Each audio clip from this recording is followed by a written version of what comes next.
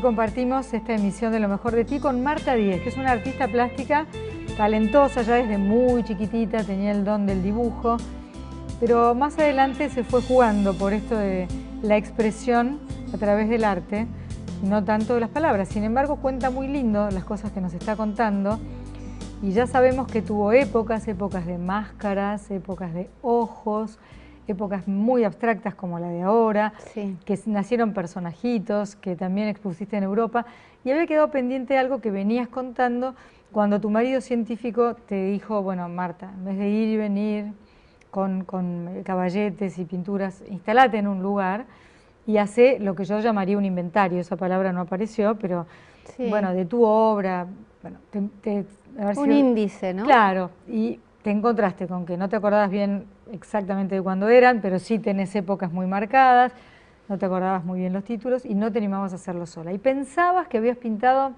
15 cuadros, una cosa así, y que tus hermanos tenían algunos. Bueno, la realidad era que habías pintado ¿cuántos? El número exacto no lo sé, pero si cuento entre obras de dibujos en papel y máscaras y cosas que fui haciendo, eran como 300. Cosa que te sorprendió muchísimo. Me sorprendió mucho y lo que más me sorprendió fue ver que si yo pintaba, por decir, una flor o flores o un jardinero con flores, tuve una época de muchas flores que, bueno, yo tenía, por ejemplo, en una época de pintar flores, esa época nace a raíz de darme cuenta un día que la época de flores me recordaba la muerte de mi padre.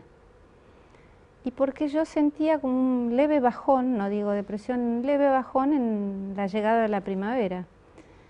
Y entonces cuando empiezo a hacer el índice, digo, claro, yo empecé a pintar flores cuando me di cuenta de esto y nunca más sentí el bajón. Entonces, toda esa etapa de pintar flores fue lindísima, pero no la tenía ni siquiera en cuenta, era como, bueno, y así con otras cosas, como un barco hundiendo, que hacía referencia a la separación de mi primer matrimonio, y bueno, eran cosas que decía, pero ¿esto en qué fecha lo hice? Porque vos ves un barco pintado por Turner, un famoso pintor inglés, y ¿qué le pasaría en ese momento a Turner, no? Y claro, yo tenía, era un incendio en el medio del mar y algo estaba incendiándose de mi parte, pero no... ¿Quién puede ver un barco así y decir qué le pasa a esta persona? Nada, solamente yo, porque tuve que hacer ese índice, poner la fecha, y al poner la fecha y ponerle un nombre, dije, era en aquella época. Entonces empecé a darme cuenta que yo pintaba todo lo que yo sentía y no me llevaba por por las reglas, digamos, que me podían llevar a ser conocida en el arte, ¿no? Todo esto sin intelectualizarlo, porque si no, mientras pintabas te hubieras dado cuenta de que estabas pintando. No lo hubiera pintado posiblemente. Claro. Porque no lo hubiera necesitado. Ya te dije que era como, después de un tiempo, sentir eso como un diálogo permanente con uno mismo mientras que estás ahí, ¿no? Como el té que se te enfría, si la charla está divertida, bueno, cuando estás pintando dices, tengo que calentarlo de vuelta, lo volvés a dejar. Se puede pensar que fue liberador en algún aspecto para vos poder pintar. Sanador. Sí, totalmente. Pero antes me dijiste que te gustaba cantar. ¿Llegaste a hacerlo profesionalmente o fue un sueño profesional? Canté, no, profesionalmente no, ¿cómo se dice? Amateur. Lo que yo encuentro en el canto es que para mí es la mejor de las expresiones artísticas porque vos, la persona que te está escuchando cantar, está escuchando tu propia expresión en el mismo momento en que lo haces. Y es tu propia garganta.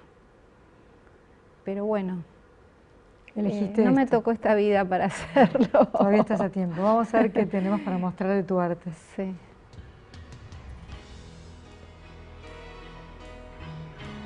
Esto es muy interesante, ¿eh? Esa es mi hija. Ah, mirá, al principio del programa yo decía que Ahí me ustedes está ayudando porque ya después de 8 horas no daba más. nos hacen más bella la vida ustedes, la verdad. Mm.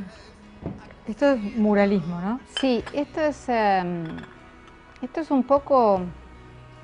Me invitan a ver qué podía poner en estas paredes, que es el Hospital Rivadavia, que es un hospital muy conocido de Buenos Aires.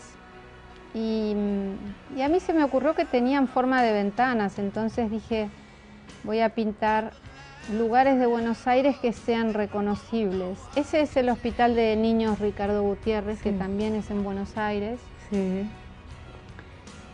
Y una de las cosas que más quise hacer... Esto es acá cerca de donde estamos. Este es acá una cuadra, sí, en la calle Echeverría 950. Ese es en el Hospital Rivadavia, es el Teatro Colón, y ahí se ve el Fantasma de la Ópera de un lado y el Ballet del otro. Ese lo pinté yo misma. Esa es la primer médica que hubo en Sudamérica, y a esto te hago referencia porque decidí que la calle, o sea, llegar a una galería o llegar a ver arte no es para todas las personas, porque a veces no se animan o porque no tienen la oportunidad.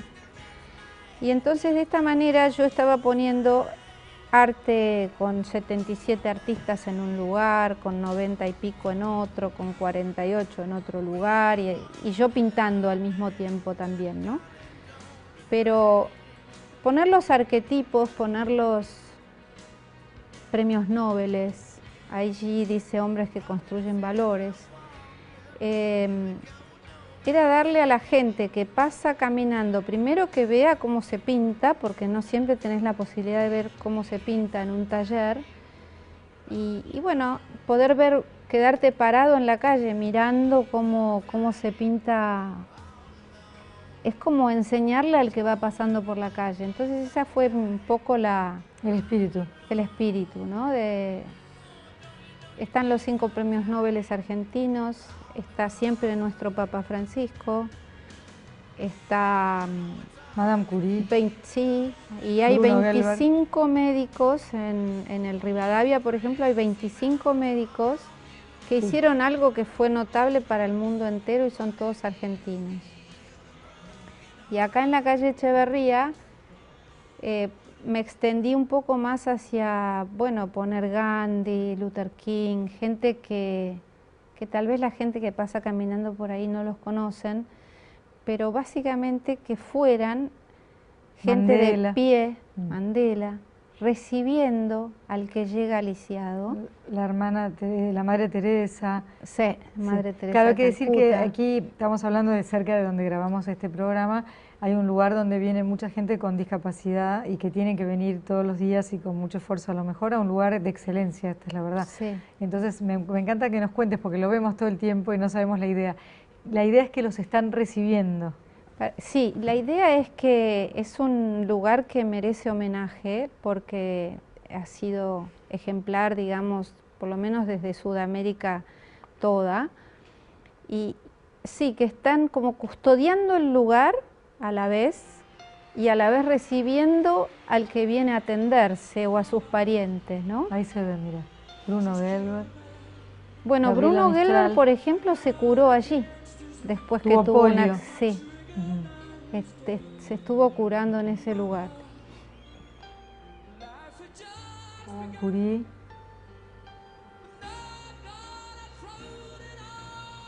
Madre Teresa. Personas excepcionales, ¿no? Que nacen ejemplos de vida. Cada muchos millones. Ejemplos de vida, ¿no?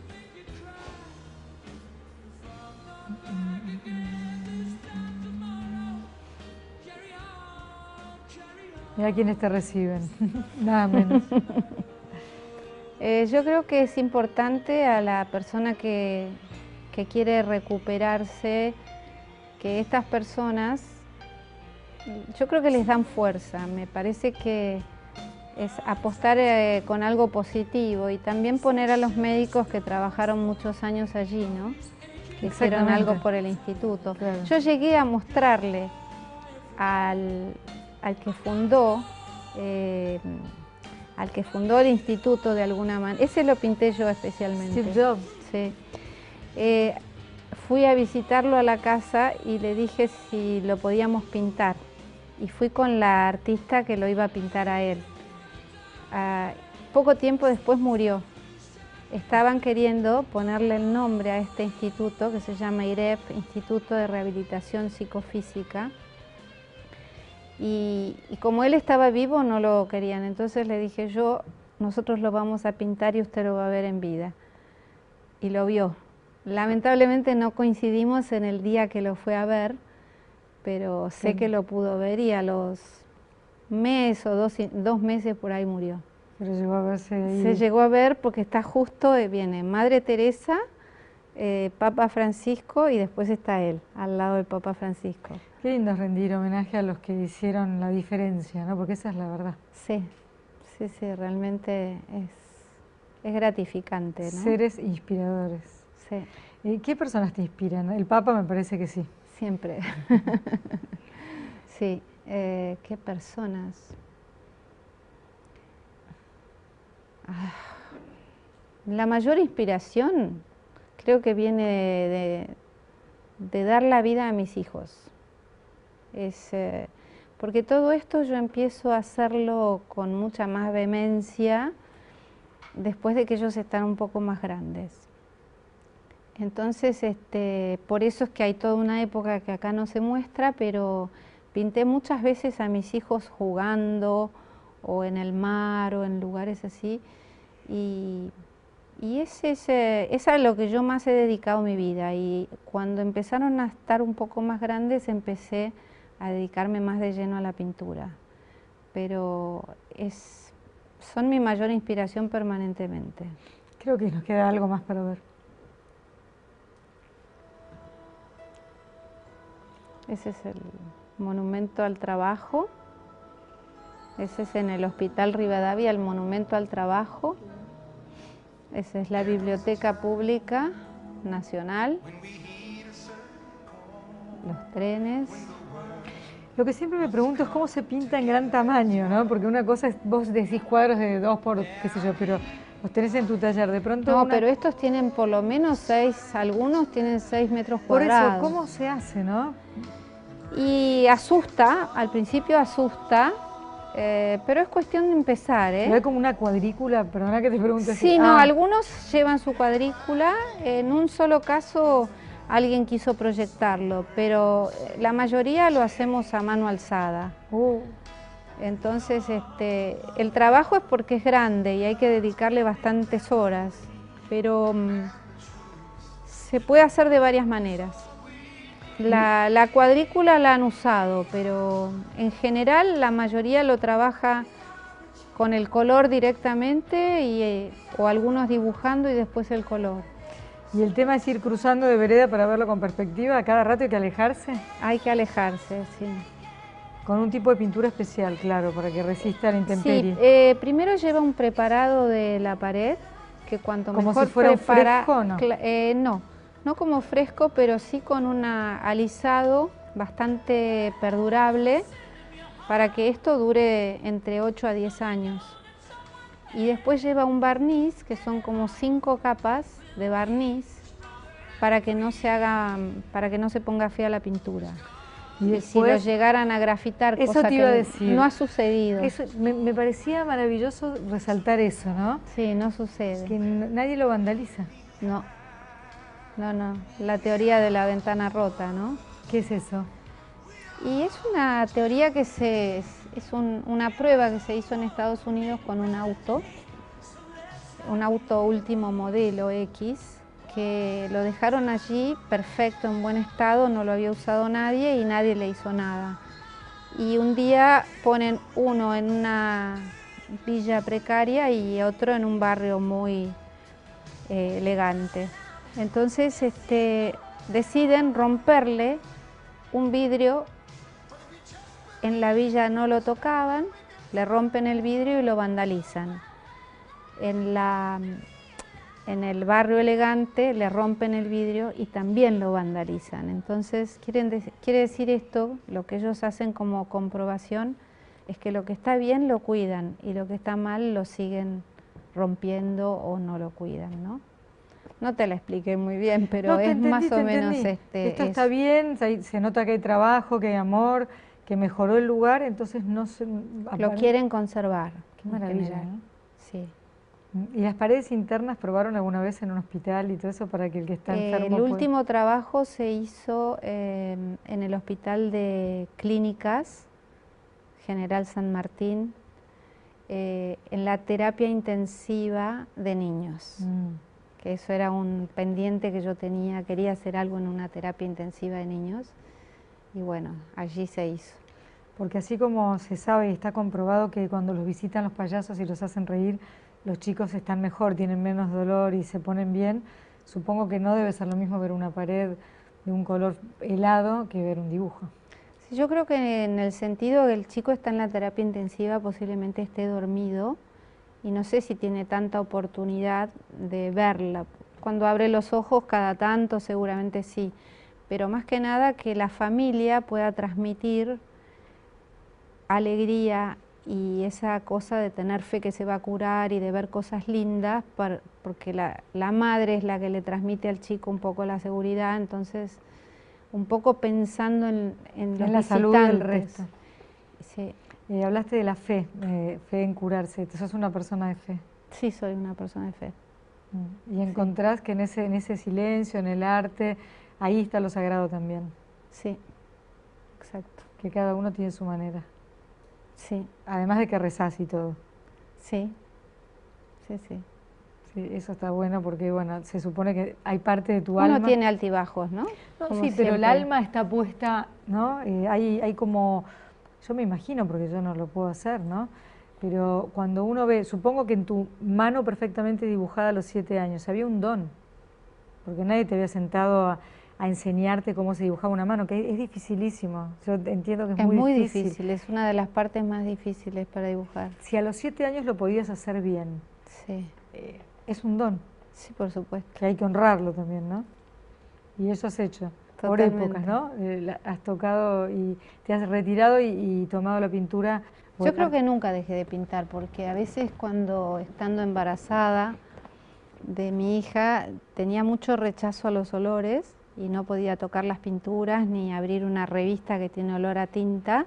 Hipersensibilidad a eso. Sí, y entonces por ahí me ausentaba del mundo y miraba un árbol y decía, bueno, a ver esto cómo lo pintaría. Entraba el sol y decía, este es clarito, este es oscuro. Y entonces vos estás pintando sin pintar. Y uno tiene un poco esa... Como que ese ojo no se abandona. Ese ojo no se abandona.